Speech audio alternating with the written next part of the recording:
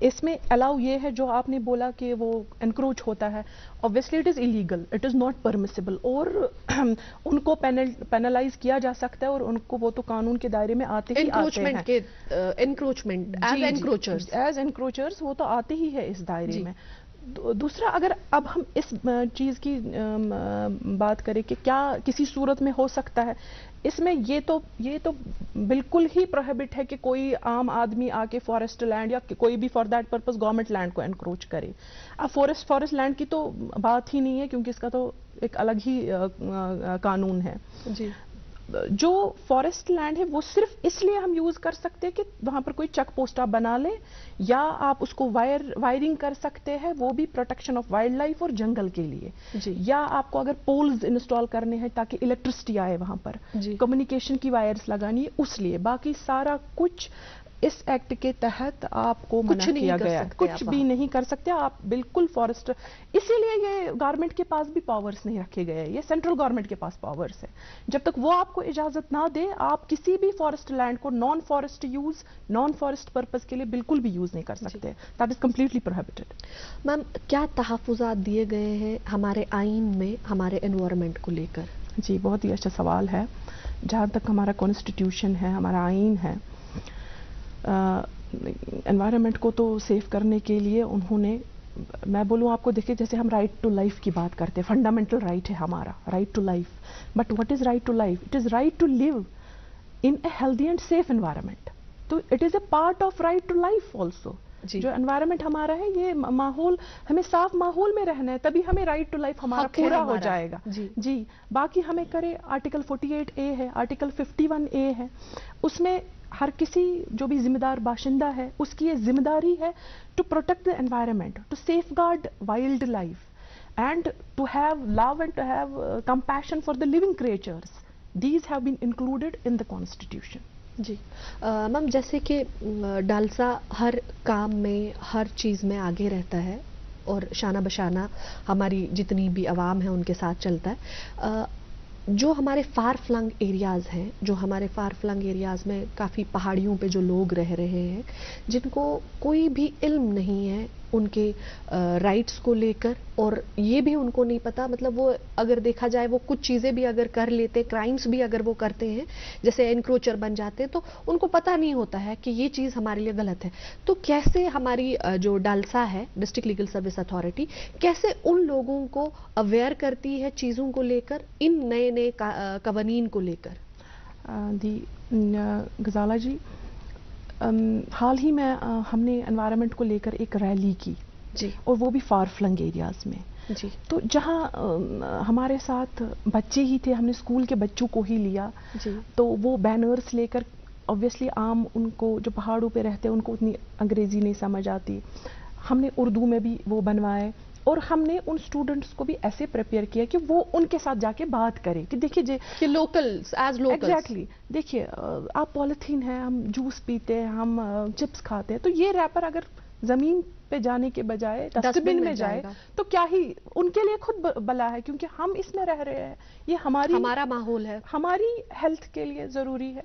تو ایک تو ریلیز کی بات ہوئی, باقی ہم مارجنلائزڈ وہ سکولز, میں بولوں فار فلنگ ایریاز میں, وہاں سکولز میں, پنچایت گھر میں لوگوں کو جمع کر کے ہم اپنے PLVs کو ڈور ٹو ڈور کیمپیننگ کے لیے بھیج کر ایسے ہم اویئرنیس اسپریڈ کرتے ہیں. جی میم, کیا کچھ آبجیکٹیوز ہیں جو پروٹیکٹ کرنے کے لیے انوائرمنٹ کو بنائے گئے ہیں؟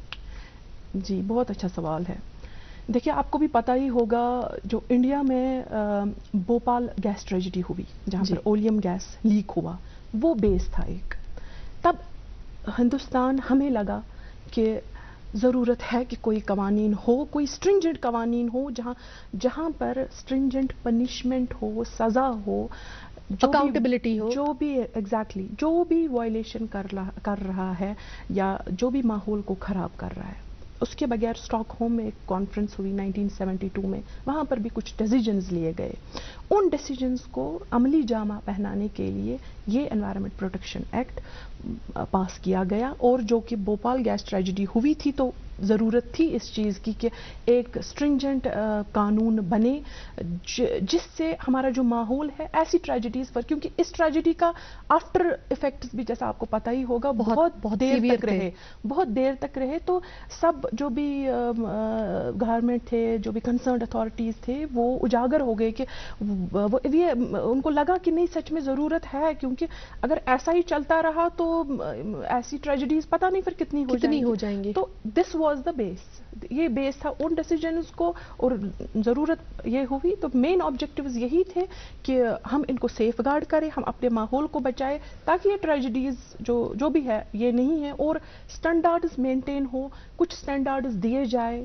یا فار ایگزامپل ہم بولے کہ انڈسٹری کہاں پر آپ سیٹ اپ، تو پھر تو آپ جا کے شہر میں کر دو گے، جہاں پر ریزیڈینشیل ایریا ہے وہاں کر دو گے. نو، اس پہ یہی پھر اسٹینڈرڈ سیٹ کیے گئے کہ آپ انڈسٹری کہاں لگا سکتے ہو، اگر ہیزرڈس ہے تو کہاں لگا سکتے ہو، کتنا لمٹ ہے اگر آپ کا جو بھی ڈسچارج آتا ہے انڈسٹریز سے، ایسے یونٹ سے، اس کی مقدار کیا ہو. جی میم، ہم جانیں گے، اور جیسے کہ آپ نے ہیزارڈس سبسٹنسز کی بات کی، ہم جانیں گے کہ کیا ہوتے ہیں یہ ہیزارڈس سبسٹنس، ہمارے ناظرین کو ایک عام لفظ میں آپ سمجھائیں. دیکھیے، ہیزارڈس سبسٹنس کی اگر میں بات کروں، hazardous substance solid, liquid, gaseous form میں ہو سکتا ہے. جی، اور یہ نہیں ہے ہم بولیں گے یہ کوئی بھی انڈسٹری ہے تو ادھر نہیں، اس کا آؤٹ کم نہیں ہوگا، نہیں ہے. ہیزارڈس سبسٹنس ہم اس لینگویج میں، اگر قانون کی لینگویج میں بولے تو یہ ہے جب یہ لمٹ کراس کر جائے. جی، جو سیٹ لمٹ ہے، اگر اس سے زیادہ ہے تو یہ ہیزارڈس سبسٹنس کی کیٹیگری میں آ جائے گا. جی میم، کیا کچھ رولز اور ریگولیشنز ہیں اس ایکٹ کے تحت بنائے گئے؟ رولز یہی ہے، جیسے کہ میں نے آپ کو بولا، جو بھی سیٹ سٹینڈرڈز ہے وہ آپ کو فالو کرنے ہیں. اگر آپ کو انڈسٹری سیٹ کرنی ہے، آپ کو پراپر پرمیشن لینی ہے، آپ کو پورا اس کا انفارمیشن دینا ہے کہ اس کے پروز کیا ہے، اس کے کونز کیا ہے، اس کا ہم کیا مٹیریل یوز کر رہے ہیں، کس کوانٹٹی میں یوز ہوگا، کیا کیا بنے گا، کیسے بنے گا، کس کو ہم امپلائی کر رہے ہیں، یونٹ کہاں ہوگا، وہ ہر کسی کو ریویل کرنا ہے. چھپا کے اتھارٹیز سے کچھ نہیں رکھنا ہے اور اس کو فالو کرنا ہے. اور اگر ایسا، جیسے میں نے آپ کو کہا کہ کچھ ایسی ٹریجڈی ہو گئی ہے ایکسیڈنٹلی، تو آپ کو وہ بھی انفارمیشن دینی ہے. جی میم، کیا کچھ پنشمنٹ اور پینلٹیز ہیں کہ اگر یہ جو لاز ہیں، ان لاز کا جو گورنمنٹ کی طرف سے ہمیں باضابطہ ایک فریم ورک دیا گیا ہے کہ اس کے تحت کام کرنا ہے ہر انڈسٹری کو، تو اگر کہیں وائلیشن ہوتی ہے تو ان کے ساتھ کیسے ڈیل کیا جائے گا اس ایکٹ کے تحت؟ جی، جیسے میں نے بولا آپ کو کہ یہ انوائرمنٹ پروٹیکشن ایکٹ 1986 کا پاس اسی لیے ہوا کہ ڈیٹرنٹ اور اسٹرنجنٹ پنشمنٹ ہو، پرٹیکولرلی جو ماحول کو خراب کرتے ہیں، کیونکہ اس کی ضرورت تھی. جی. اور اس میں اس قانون کے تحت کوئی بھی شخص اگر کوئی بھی پروویژن جو بھی انوائرمنٹ پروٹیکشن ایکٹ کا ہے اس کو وائلیٹ کرتے ہیں، وہ جو اس میں رولز ریگولیشنز دیے گئے ہیں اس کو فالو نہیں کرتے ہیں، تو اس کو 5 سال تک کی سزا ہو سکتی ہے اور 1 لاکھ روپے تک کا اس کو جرمانہ ہو سکتا ہے. اور اگر وہ کنٹینیو کر رہے ہیں، پھر بھی اگر دوبارہ کر رہے ہیں، اس کو نوٹس دی گئی، اس کو بولا کہ اور اس کو سزا دی کہ آپ کو یہ ہے، بٹ وہ پھر بھی کنٹینیو کر رہا ہے، یعنی دوسری بار ہو گیا، پھر وہ کنٹینیو ہو رہا ہے، اس کو 5,000 روپے ہر دن کا جرمانہ ایڈ ہوتا جائے گا اس 1 لاکھ پہ. اور اگر یہ 1 سال سے زائد ہو گیا، اب 1 سال ہو گیا، اس کے باوجود یہ کنٹینیو کر رہا ہے، تو اس میں پنشمنٹ انکریز کی گئی ہے 7 ایئرس. جی میم، کیا امپورٹنس ہے ہمارا جو فارسٹ کنزرویشن ایکٹ ہے، کیا امپورٹنس ہے اس ایکٹ کی؟ دیکھیے، اگر آپ کی، میری، ہمارے ناظرین کی بات میں کروں، فارسٹ کی وجہ سے ہم یہاں پر ہیں، کیونکہ فارسٹ اگر جنگلات نہیں ہیں، ہمیں کہاں سے پانی، کہاں سے ہماری جو مویشی ہے ان کو فوڈ ملے گا، یا سوائل ایروجن ہو جائے گا تو گئے پھر جنگلات کے ساتھ ہم بھی، کیونکہ جنگلات جو ہے نا وہ اہم حصہ ہے ہمارے انوائرمنٹ کا. اگر جنگلات نہیں ہوں گے تو ہمارے کلائمیٹ یا گلوبل چینجز جس کو بولتے ہیں وہ آ جائیں گے، ہمارا پلانٹ ہی خطرے میں پھر ہے. اگر جنگلات ہی نہیں رہیں گے تو ہمارا پلانٹ سیف نہیں ہے. جیسے کہ میم آج کل ہم دیکھ رہے ہیں، نیوز میں بھی دیکھ رہے ہیں کہ کئی سارے علاقوں میں جو سوائل ایروجن ہے بہت سیویئر ہے. ایگزیکٹلی. اور ہمارے جو ایکو سسٹم ہے وہ ڈسٹرب ہو جائے گا. جب ایکو سسٹم ڈسٹرب ہو گیا تو کچھ، کیونکہ سسٹینیبل ڈیولپمنٹ نہیں رہے گی، تو اس وجہ سے ہیومن لائف بھی خطرے میں ہے، وائلڈ لائف بھی خطرے میں ہے، ہر کوئی لیونگ کریچر خطرے میں. جی میم، ہم نے دیکھا ہے کہ ہماری یو ٹی میں آؤٹ اسکرٹس میں جو انڈسٹریز ہیں یا کوئی ایسی جیسے سیمنٹ کی ہے فیکٹریز وغیرہ جو چل رہی ہیں، اور وہ ایک دم سے اگر دیکھا جائے کیونکہ جو ہمارا انوائرمنٹ ہے اس کو لے کر وہ بالکل کنیکٹڈ ہے واٹر باڈیز کے ساتھ، ان کے کچھ آؤٹ لیٹس جو ہیں وہ سیدھے واٹر باڈیز میں جا رہے ہیں. کیا ہر جگہ جیسے کوئی فار فلنگ ایریا ہے، کیا ہر جگہ ہماری جو یہ ٹیم ہے یا ہمارا جو یہ محکمہ ہے جو فارسٹ کو لے کر ڈیل کرتا ہے، کیا وہ وہاں پہنچ رہے ہیں؟